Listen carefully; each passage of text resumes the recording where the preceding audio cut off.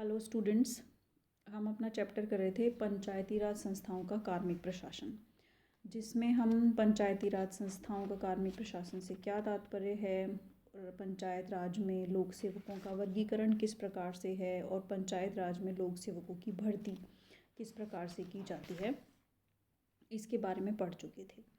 अब हम करेंगे पंचायती राज कार्मिकों के शिक्षण और प्रशिक्षण के बारे में बात करेंगे। तो ये मैंने एक पूरा पीडीएफ इस पर बनाया है जो मैं आपसे शेयर कर दूंगी, लेकिन पीडीएफ को बनाने के बाद मुझे एहसास हुआ कि ये काफ़ी बड़ा बन गया है।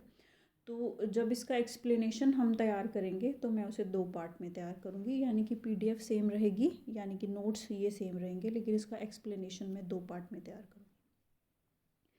तो सबसे पहले हम समझेंगे, सबसे पहले तो आप ये समझिए कि प्रशिक्षण से क्या तात्पर्य होता है। शिक्षण और प्रशिक्षण से क्या तात्पर्य होता है? प्रशिक्षण से तात्पर्य होता है किसी भी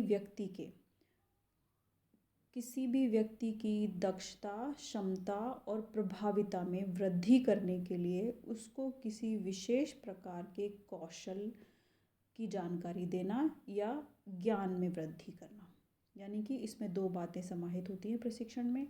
पहली, इसमें किसी विशेष प्रकार का कौशल विकास किया जाता है या किसी विशेष प्रकार का ज्ञान दिया जाता है। ये क्यों दिया जाता है? क्योंकि हम जिस व्यक्ति को ये दे रहे हैं, हम उसकी दक्षता में वृद्धि कर सके, उसकी क्षमता में वृद्धि कर सके और उसके प्रभाविता में, यानी उसके कार्यकरण में एफिशिएंसी को हम इम्प्रूव कर सकें। तो ये करने की हमें क्यों आवश्यकता होती है?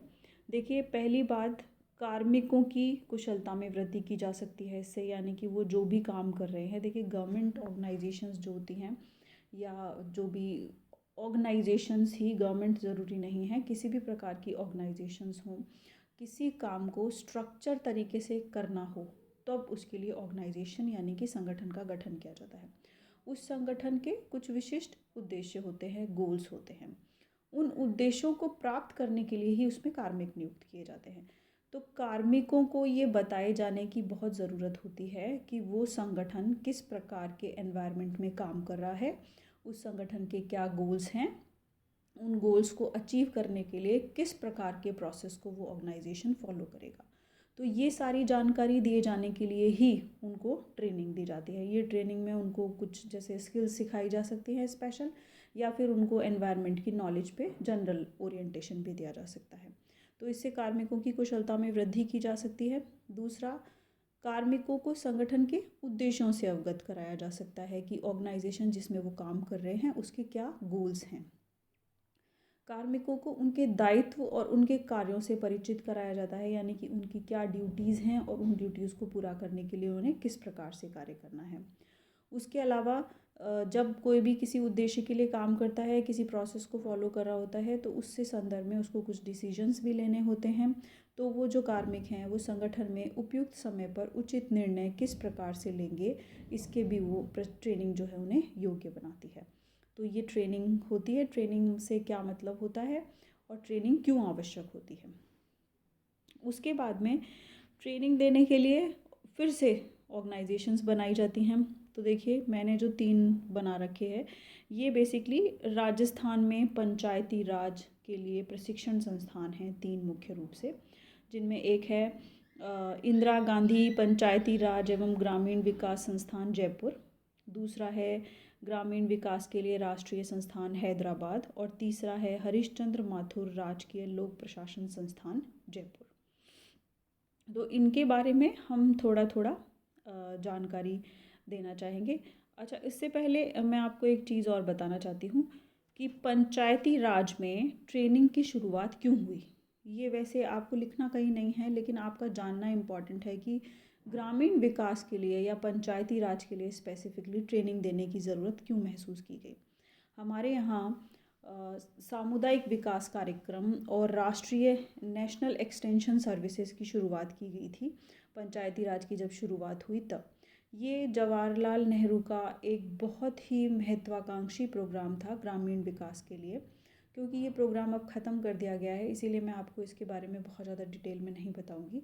लेकिन मैं आपको ये ज़रूर बताऊंगी कि उनकी ये महत्वाकांक्षा थी कि ये जो प्रोग्राम लॉन्च किया गया है ये ग्रामीण विकास की, भारत के ग्रामीण विकास की तस्वीर को बदल देगा, लोगों की मानसिकता को परिवर्तित करेगा, एक नए प्रकार के ग्रामीण प्रशासन का, या कहना चाहिए एक नए प्रकार के ग्रामीण परिवेश का जन्म होगा। उस महत्वाकांक्षा के साथ इस प्रोग्राम को शुरू किया गया था। और जब इस प्रोग्राम को शुरू किया गया था तब उन्होंने खुद कहा था कि अगर ये प्रोग्राम असफल रहा तो इसका रीज़न ये नहीं होगा कि हमारे पास पैसा नहीं था या हमारे पास वित्त नहीं था, बल्कि इसकी कमी ये रहेगी कि हमारे पास ट्रेंड लोग नहीं थे। तो इस काम को, क्योंकि इसमें बहुत स्टेप बाय स्टेप चीज़ें डिसाइड की गई थी कि ग्रामीण विकास को बढ़ावा देने के लिए कितने डायमेंशंस में काम करने की ज़रूरत है और उन डायमेंशंस को कवर करने के लिए हमें कितना स्किल्ड पर्सन जो है उसमें इन्वॉल्वमेंट की, उन प्रोग्राम्स में इन्वॉल्वमेंट के लिए हमें कितने स्किल्ड पर्सन्स की ज़रूरत है। तो उस समय जो है ये ट्रेनिंग प्रोग्राम स्टार्ट किए गए थे। तो उसकी उस समय के, तो क्योंकि बंद हो गया था, आप समझ सकते हैं सामुदायिक विकास कार्यक्रम एक तरीके से फेल हो गया था। तो उसके बाद में लेकिन उसने ये इस्टेब्लिश कर दिया कि अगर आप ग्रामीण विकास को भी सिस्टमेटिक ढंग से करना चाहते हैं तो उसके लिए भी उससे जुड़े हुए लोगों की ट्रेनिंग देने की ज़रूरत होती है। तो राजस्थान में जो पंचायती राज स्पेसिफिकली है उसके लिए 3 ट्रेनिंग संस्थान हैं, ये तीनों हैं। अब बात आती है इंदिरा गांधी पंचायती राज और ग्रामीण विकास संस्थान, जो कि जयपुर में है। इसके बारे में डिटेल से जानने की, तो देखिए ये पंचायती राज के क्षेत्र में, ये जो संस्थान है इंदिरा गांधी वाला, ये पंचायती राज के क्षेत्र में अध्ययन, अध्यापन, शोध और प्रकाशन के उद्देश्य से राजस्थान सरकार ने इसकी स्थापना की थी। यानी कि ये एक स्टेट ऑर्गेनाइजेशन है ना, लेकिन ये ऑटोनॉमस ऑर्गेनाइजेशन है। स्टैब्लिश इसको कैबिनेट की एक समिति के उसके द्वारा किया गया था, प्रस्ताव के द्वारा किया गया है, कैबिनेट प्रस्ताव के द्वारा। लेकिन ये एक ऑटोनॉमस बॉडी है, यानी कि ये स्वायत्त संस्थान के रूप में है। सरकार इसको फंडिंग करती है, लेकिन ये अपने जो ट्रेनिंग प्रोग्राम उनको शेड्यूल करना, उनको किस प्रकार से ट्रेनिंग देनी चाहिए, किस किस चीज़ की ट्रेनिंग देनी चाहिए, इस सब में जनरली ऑटोनॉमस बॉडीज़ फ्री होती हैं, इसमें गवर्नमेंट का बहुत ज़्यादा दखल नहीं रहता है। तो राजस्थान सरकार ने स्थापित किया है 1984 में, ये स्टार्ट किया गया था और 1988 से ये ट्रेनिंग दे रहा है। 1989 में एज ए सोसाइटी इसको पंजीकृत किया गया था। राजस्थान सरकार का जो सोसाइटी एक्ट है वो 1989 का है, तो उसके तहत इसको पंजीकृत किया गया है और ये 1988 से ट्रेनिंग दे रहा है। ये डेट मैं बार बार इसलिए बोल रही हूँ क्योंकि आगे जब कभी आप कंपटीशन एग्ज़ाम्स देंगे तो उसमें आपको इस तरह की चीज़ें ही पूछी जाती हैं कि बताइए इंदिरा गांधी पंचायती राज और ग्रामीण विकास संस्थान जयपुर में जो स्थित है उसकी स्थापना किस वर्ष की गई थी, या ये किस के द्वारा स्थापित किया गया है। तो उसमें ऑप्शन दे सकते हैं कि राजस्थान सरकार के द्वारा किया गया है, ग्रामीण विकास विभाग द्वारा किया गया है, भारत सरकार द्वारा किया गया है। उसके अलावा ये पूछ सकते हैं आपसे कि ट्रेनिंग प्रोग्राम ये किस ईयर से दे रहा है। अब इसमें एक बात और ध्यान देने की है, देखिए इसमें 2 टर्म हैं, इंदिरा गांधी पंचायती राज है ना, और दूसरा है एवं ग्रामीण विकास संस्थान। तो जो मैं आपको 1984 वाली बात बता रही हूँ उस समय इस्टेब्लिश किया गया था, उस समय जो स्थापना की गई थी वो इंदिरा गांधी पंचायती राज प्रशिक्षण संस्थान की स्थापना की गई थी। 1999 में भारत सरकार के द्वारा इसको ग्रामीण विकास संस्थान के रूप में मान्यता दी गई है। यानी कि जो पीछे का इसमें आप पार्ट देख रहे हैं, ग्रामीण विकास संस्थान के रूप में जो कार्य करने की इसकी भूमिका है ये भारत सरकार द्वारा दी गई है, जो कि 1999 में दी गई है। तो ये अब दोहरे काम करता है, मतलब पंचायती राज की ट्रेनिंग के लिए भी काम करता है, साथ ही ग्रामीण विकास संस्थान के रूप में भी ये एक महत्वपूर्ण भूमिका निभाता है। यानी कि उससे संबंधित जो भी शोध हैं, प्रकाशन हैं, ट्रेनिंग्स हैं, उनको भी ये ऑपरेट करते हैं। तो इसमें किस किस को ट्रेनिंग दी जाती है, इसमें देखिए जनप्रतिनिधियों और लोक सेवकों, यानी कि जो चुने जाते हैं जनता के द्वारा उनको भी, और जो सरकार के कार्मिक होते हैं उनको भी ट्रेनिंग दी जाती है। ये अलग अलग भी दी जाती है और सम्मिलित रूप से भी दी जाती है। यानी कि कुछ ट्रेनिंग जो अलग अलग दी जाती हैं सिर्फ लोक सेवकों को बुला के या सिर्फ जनप्रतिनिधियों को बुला के, जबकि कुछ ट्रेनिंग्स ऐसी होती हैं जो दोनों को मिला के भी दी जाती है, एक सेशन बनाया जाता है। ऐसा क्यों किया जाता है? क्योंकि बहुत सारी समस्याएं, चाहे वो पंचायती राज से संबंधित हों या ग्रामीण विकास से संबंधित हों, जो इस वजह से भी खड़ी हो जाती है क्योंकि जनप्रतिनिधियों और लोक सेवकों के बीच में सही तालमेल नहीं होता। तो जब इनके बारे में डिस्कस किया जाता है तो जो ट्रेनिंग देने के लिए जो भी अधिकारी उपलब्ध होते हैं, वो उन समस्याओं पर वहीं अपना समाधान बता सकते हैं या वो सुझाव दे सकते हैं कि इसमें ऐसा किया जा सकता है। तो एक बेहतर तालमेल की स्थिति पैदा होती है।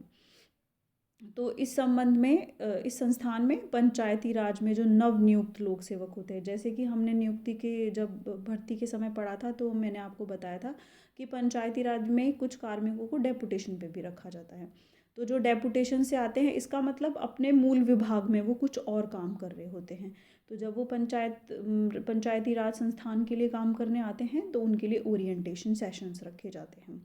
उसके अलावा पहले से कार्यरत कर्मचारियों के लिए रिफ्रेशर प्रोग्राम्स भी रखे जाते हैं और जनप्रतिनिधियों को भी प्रशिक्षण दिया जाता है। इसके बाद आता है कि ये संस्थान किन किन लोगों को प्रशिक्षण देता है। तो देखिए, हम पहले पढ़ चुके हैं, सरकार के कार्मिकों को भी देता है और जनप्रतिनिधियों को।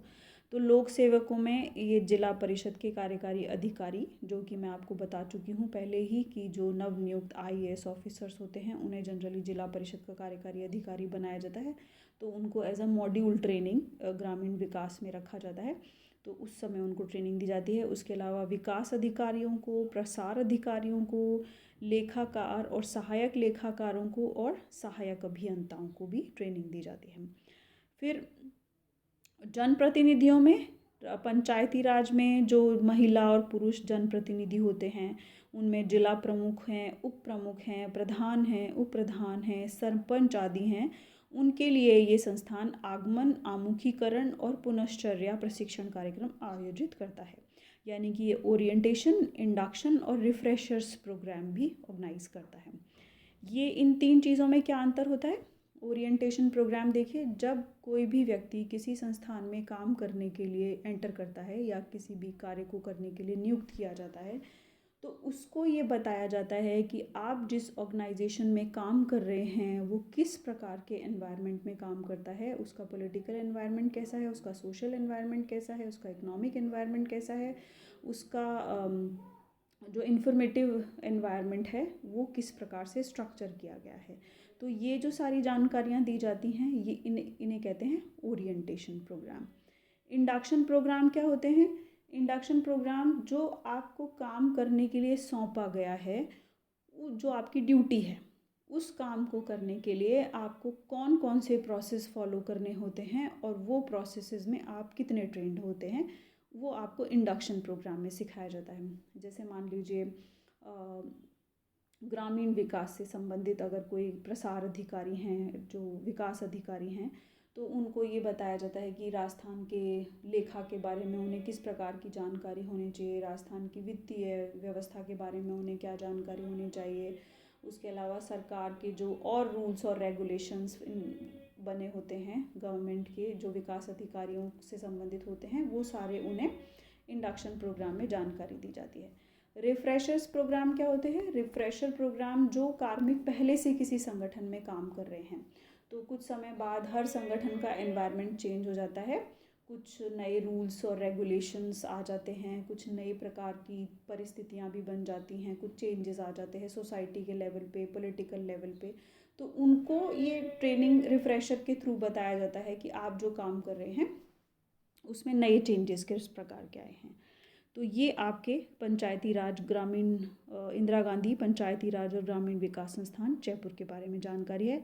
नेक्स्ट वीडियो जो मैं आपसे शेयर करूंगी वो मैं आपको हैदराबाद और जयपुर में जो इंस्टीट्यूशंस हैं उनके बारे में बताऊंगी, और उसके बाद मैं आपको बताऊंगी कि इनके ट्रेनिंग में क्या कमियां रह जाती हैं और उन कमियों को दूर करने के लिए किस प्रकार के उपाय अपनाए जाने चाहिए। सेम PDF होगी, मैं एक ही बार शेयर करूंगी, तो आप ध्यान रखेंगे, दूसरा वीडियो फिर इसमें आ जाएगा। Thank you so much.